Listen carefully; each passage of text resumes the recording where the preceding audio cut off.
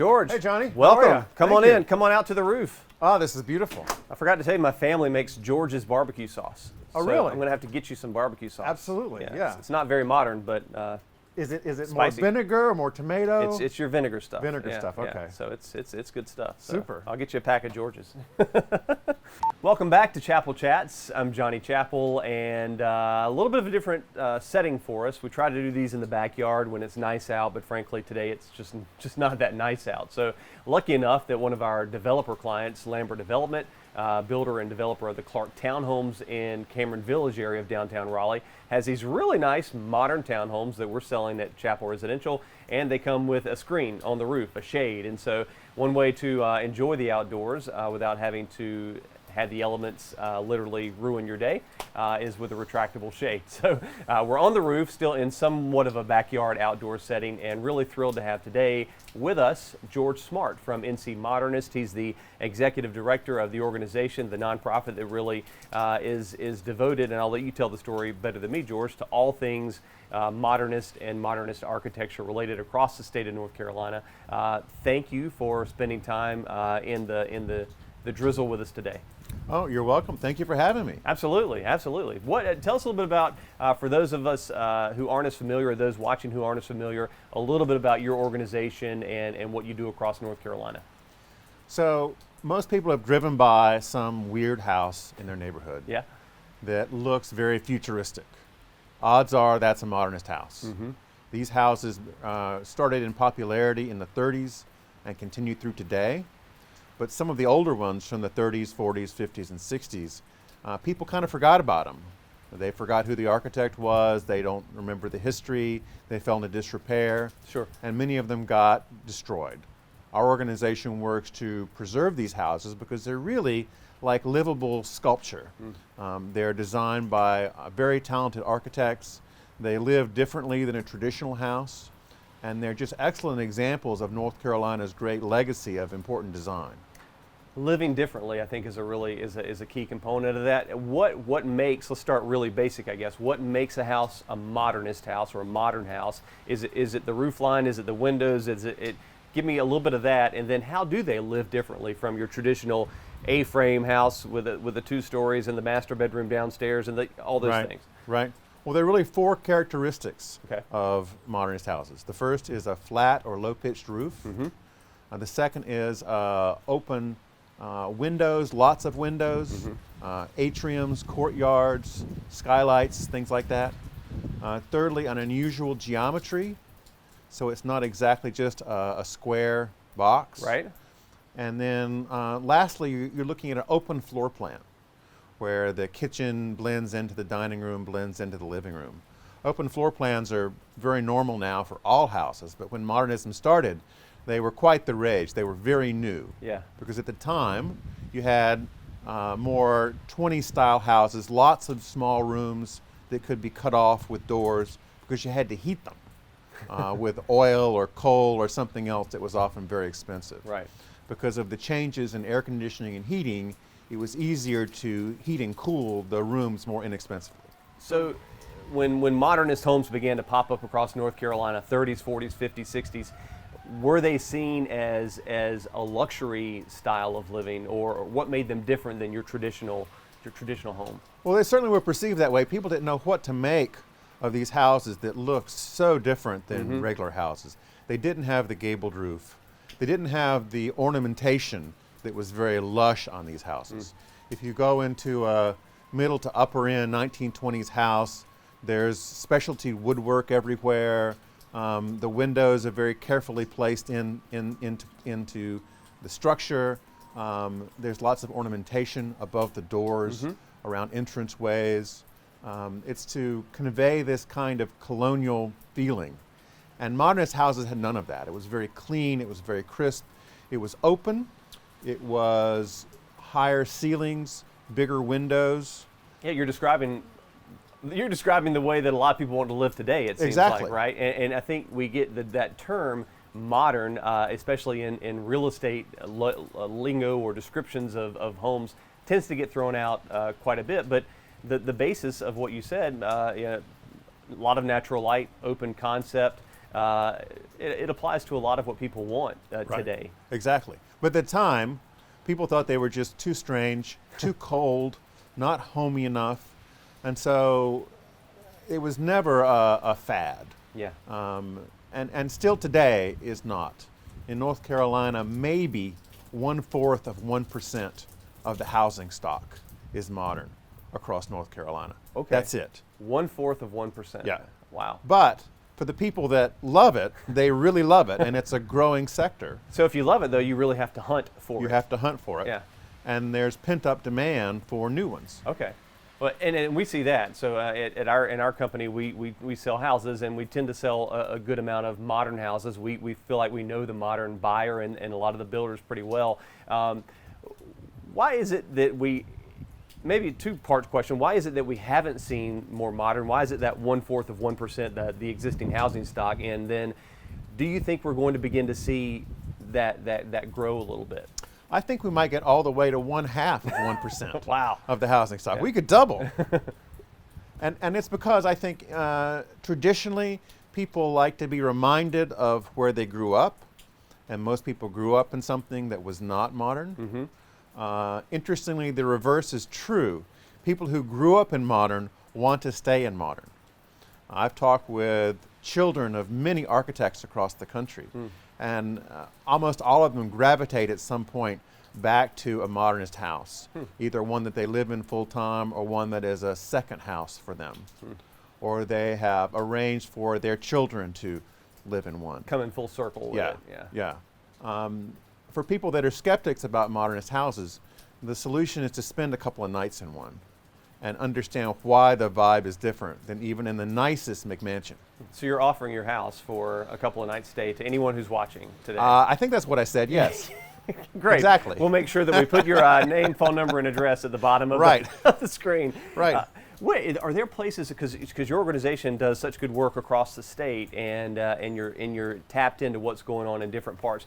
Would there be, and you're from Raleigh originally, live in Durham, would you say there are hotbeds for modernist architecture, housing stock across North Carolina, or is it spread into different pockets of the state? It was popular because here in Raleigh at North Carolina State University, there was a hotshot dean brought in 1948 named Henry Campheffner, who lived in the Carolina Country Club area, and he made the school very, very popular.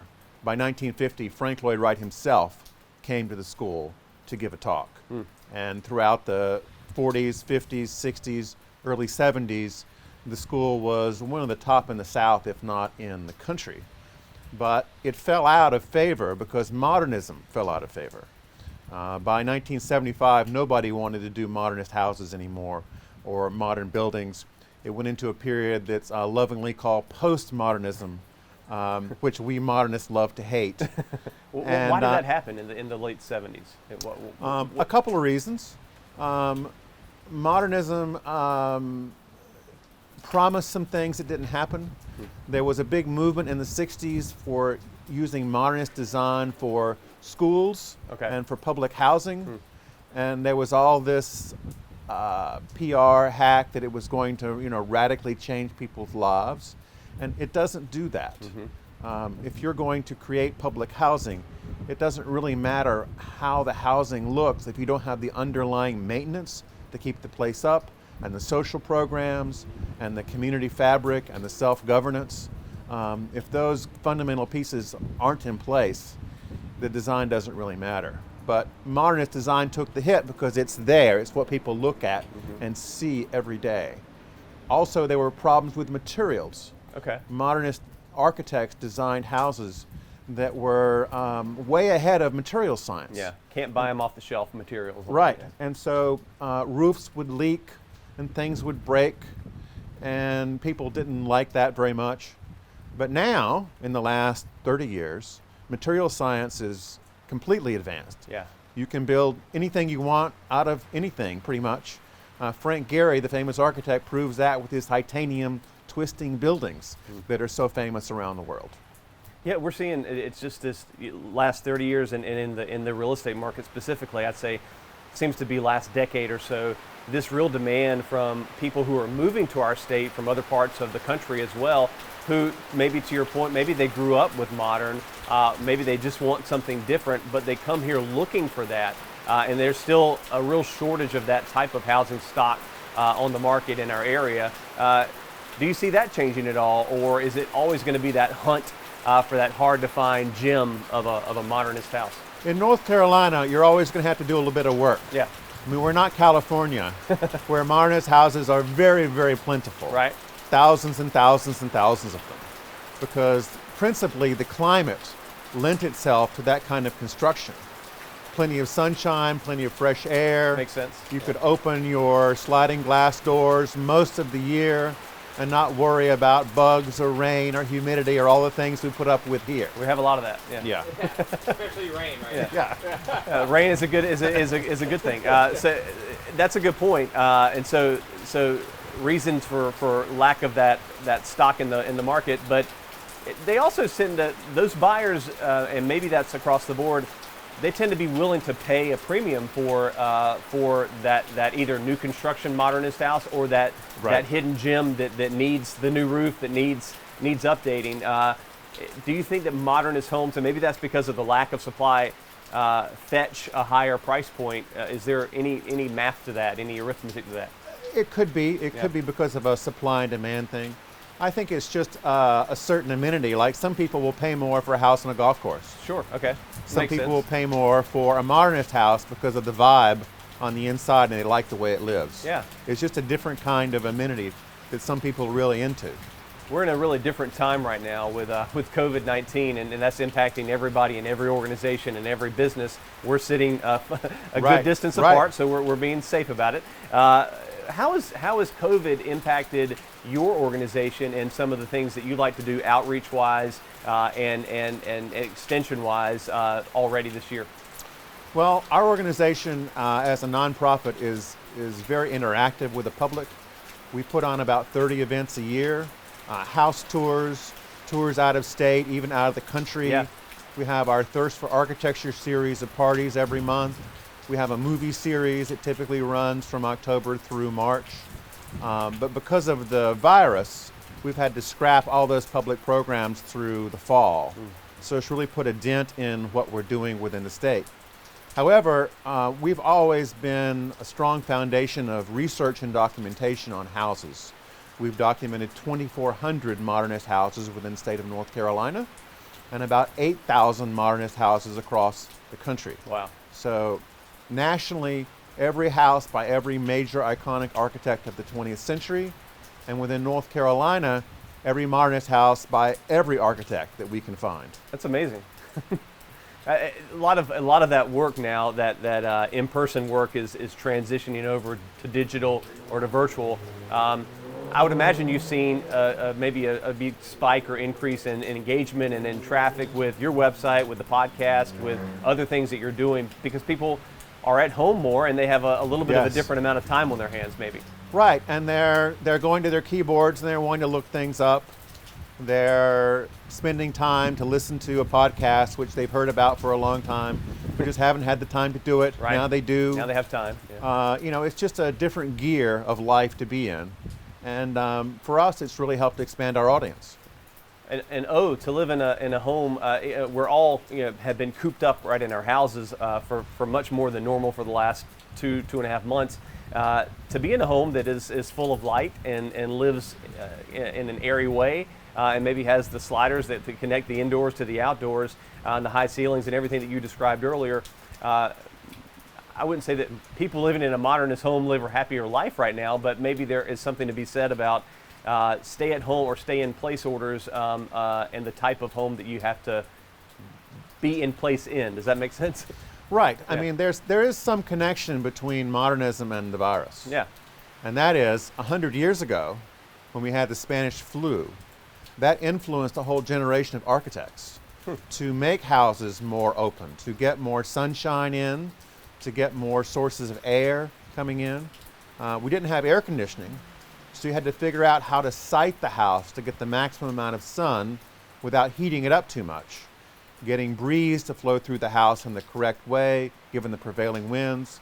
that affected famous architects like Richard Neutra, who came to prominence in the United States through something called the Lovell Health House in Los Angeles, which is still there now some 70, 80 years later. Wow. And is a beautiful example of iconic modernist architecture. So architecture influenced by pandemics, Right. and it plays true here. We're on a rooftop of a townhouse that is 2,500 square feet over 3 stories, but there's 800 square feet on the roof, and Right. the reason for that design was people want access to outdoor spaces. They want to be able to live in our climate, even with the bugs and the rain, with green out the back door, and that applies to even though it applies to a lot of people. It does. I mean, people are looking for this kind of open experience. They're looking for access to restaurants and downtown amenities and being close to things. So developments like this are very prominent all over the country. One thing I like about your website is that you can go there and you can look up essentially. You mentioned almost every modernist home for sale around the state. Yes. Do you ever get submissions and you or someone on the staff have to say no, that's not really modern? We do. It's kind of like What's the that screening Seinfeld. process like that It's for- kind of like that Seinfeld episode where they're looking at the baby who is really ugly, but they can't tell the parents how ugly it is. Yeah. Do you want to hold the baby? Yeah. Right. and they have to say something like, I believe the phrase is, "That's a remarkable baby." Remarkable. Yeah. So we have to tell people they have a remarkable house, Yeah. but it's just not modernist. This applies to a number of homes from the 70s. I used to own one, and there are tons of these around. They have T111 wooden siding, vertical on the side of it. They have unusual geometry, but tiny little windows, because people had shifted away from that, and they had shifted away from the flat roof. These are great houses, but they're contemporary houses. They're not modernist houses. I like that, and that I wanted to go. So we use that word. It seems like very interchangeably, especially in describing real estate. This is contemporary. This is modern. What is the difference between a contemporary home and a modernist home? Well, remember those 4 characteristics we talk about. Contemporary houses usually missing 1 or 2 of those. Okay, got it. Like with the windows, for instance, far fewer. You don't see the openings. You don't see the skylights as much anymore. You have the geometry there, and sometimes you have the open floor plan. But it was a compromise to keep a few elements of modernism for the public that wanted that, while moving away from some of the things that bothered people. It was also a little bit simpler construction. Contemporary homes were easier to build than modernist homes by most contractors. And so you've had to let some people down when they thought they had a modernist home to add to your site and A little bit, Yeah. but on the other hand, besides tracking modernist houses, we're also tracking the careers of the architects. Okay. So if a home was designed by an architect but it's not modernist, it would still go on our site because we want to be able to show the breadth of an architect's residential career. Got it. And you mentioned architects, I think that's where I wanted to go next. We in our business work with a good amount of local Raleigh-Durham area architects. What is the stock of modernist architects like in North Carolina? Feel free to mention specifics if you like, but give me across the board. How do we stack up maybe compared to some of the talent that's around the country? Oh, North Carolina has a great inventory of modernist architects, and people call me all the time, and they're very concerned. Like, how do I pick the right architect? And I have to tell them that that's not the issue, because almost any architect they go to can design them a fabulous modernist house. The issue is the builder. Most builders are just not familiar with modernist construction. They'll say they are, but they're not. Yeah. They don't know how to work with the steel and glass and concrete to the extent that one has to. And trust me, your cousin Earl is not necessarily going to do a good job. You want to find someone who has experience directly. But Earl said he could do it at a discount. Right. He said he'd give me the family discount, George. Yeah. Earl will give you a discount, all right, and you'll get your money's worth. And I think that is a big disconnect. It's to your point about the sculpture or the piece of art that a modernist home is. The architect is the creator of that, and then giving that blueprint to a builder who can then execute the plan. I think that's where a lot of the gap or the the distance happens. Right, and that's where any lawsuits come from too. Yeah. Is that people are ultimately disappointed with the execution, not necessarily the design. Because those homes, they do tend to take longer, we've seen, in the design phase and in the construction phase than a typical home does. A lot of times the materials, the steel, the windows that go into those do drive the cost up. So you have to, if you're a buyer and you're looking on Zillow or Redfin or whatever, and you're looking for a modernist home, and you want to start from scratch and have the American dream of creating your own home, you need to go into it eyes wide open that it's going to take longer and cost more than maybe your two-story square box. It depends. I mean, one of the things about modernist houses, as far as the media goes, is builders and developers and owners like to bling them out. So you can have an extraordinarily expensive house with all the things that you put in it. However, modernist design is really different from traditional design. In terms of cost per square foot, they can be very similar. So if you're not trying to have the latest, greatest, most expensive appliances for your house or features like that, you can have very superb design and have a great modernist small house for the same money as you could do something else. It's just that people who tend to buy modernist want to add a lot of other stuff to it. They want to have that espresso machine built into their kitchen. Yeah. They want to have some specialty sinks or ovens or appliances or things like that. In our house, we realized this early on and went to Sears and just ordered all our appliances at one shot on sale. And they stuck them in storage for 6 months until our house was ready and put them in. Because we realized that ultimately neither one of us is a chef. So we didn't need to have the $16,000 fridge. The Viking appliance package. Right. I think by looking honestly at those decisions, you can have any house you want, really. Is there any, to our point earlier, people have a little bit more time on their hands maybe now or have had it the last couple of months, but folks are also starting to get out and about a little bit more recently. If it puts you on the spot here, if I've got a few, even though I can't go on large tours now, if I really want to go and head out and see some really amazing, maybe under the radar examples of modernist architecture in the Triangle area, give me a couple that come to mind. So there's some neighborhoods you can drive through. Okay. Off of Cornwallis Road in Durham, Duke University started a neighborhood for faculty in the 60s. That's 70% modernist houses. Okay. There are 60 or 80 of them over there you can drive around. Great neighborhood. Granville Drive in Raleigh around the Country Club is one. There are a number of them in Chappell Hill on Morgan Creek Road, which is where the musician James Taylor grew up. He actually grew up in John Latimer, George Matsumoto modernist house that right now is being renovated. And it's going to be spectacular once it's all complete. Then you've got another area called Lakeshore Drive in Chappell Hill, around a lake. And most of those houses are modernist as well, as you can see those just driving around. And then in the Raleigh area, within the Beltline, in the last 10 years, there are 200 different units of condos and houses and townhouses have been put up that are really terrific. Thank you for mentioning some of the new stuff that's popped up in, I think, both Raleigh and in Durham. And I think the reason why we try to push our builder clients and developer clients to push that envelope to modern, because again, we see that there's such a small supply of that and such a demand for it in the marketplace. George, as we wrap up, anything else you'd like to add about your organization, how people can get involved, and anything else? Well, we have a newsletter that comes out every Monday that people can subscribe to. It's free. You can access that at ncmodernist.org.